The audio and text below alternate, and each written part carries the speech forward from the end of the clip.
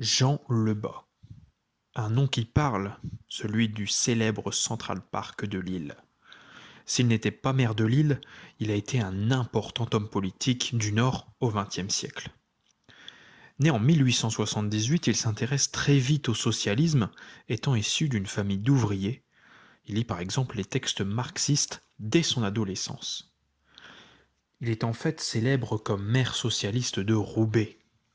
Jean Lebas y est né, et il est socialiste et même cadre du parti dans le Nord, et aussi donc le candidat idéal pour se présenter aux élections municipales à Roubaix en 1912.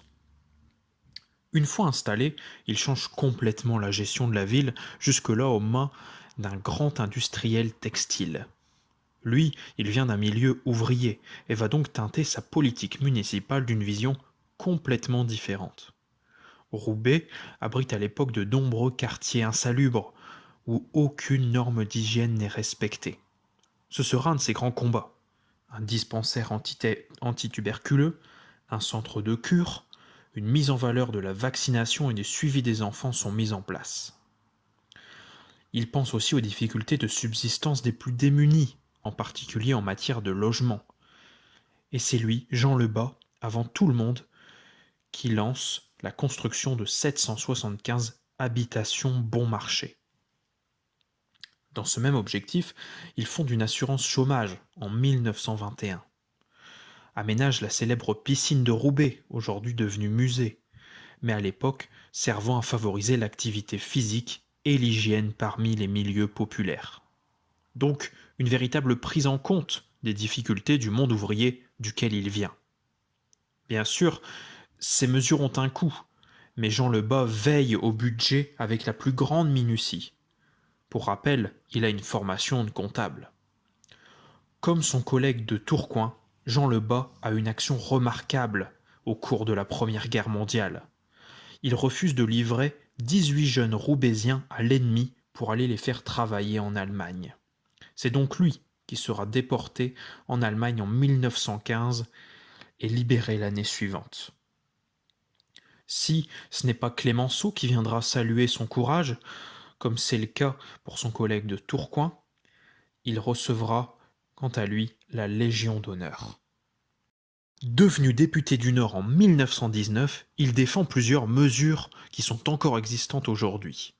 Il propose par exemple la nationalisation des chemins de fer, la création du salaire minimum, mais il a du mal à faire passer ces mesures car la majorité est de droite.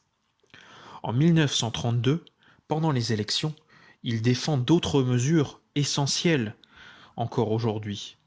Il défend par exemple la réduction du temps de travail à 40 heures.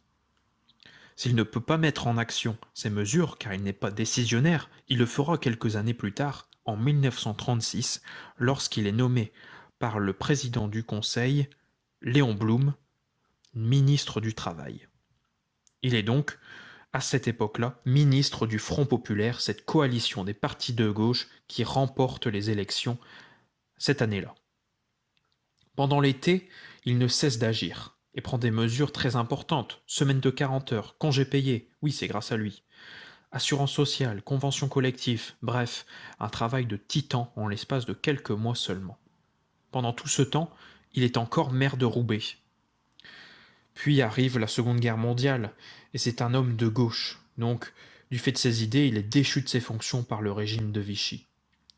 Cela ne fait que renforcer ses convictions et le fait entrer en résistance dans une région qui est alors à cette époque-là une zone interdite et particulièrement surveillée par l'occupant.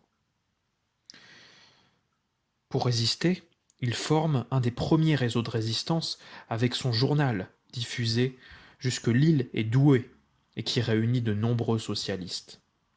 Mais Jean Lebas est arrêté. Il est arrêté en 1941 pour ses actes de résistance. Son réseau, lui, continue. Jean Lebas est ensuite condamné aux travaux forcés et travaille donc dans une usine en Allemagne 11h30 par jour, une terrible épreuve physique. Le grand homme meurt d'épuisement et de maladie. Son journal, lui, continue et change de nom et devient aujourd'hui Nord-Matin. Jean Lebas, c'est donc une politique révolutionnaire à la tête de Roubaix, mais aussi à la tête de l'État en faveur des milieux ouvriers. C'est aussi un homme de conviction qui défendra toujours ses idées en entrant en résistance contre l'occupant, et cela pendant les 2 guerres mondiales. Alors, une fois que l'on connaît l'histoire de cet homme, on ne traverse plus les rues ou les parcs qui portent son nom de la même manière.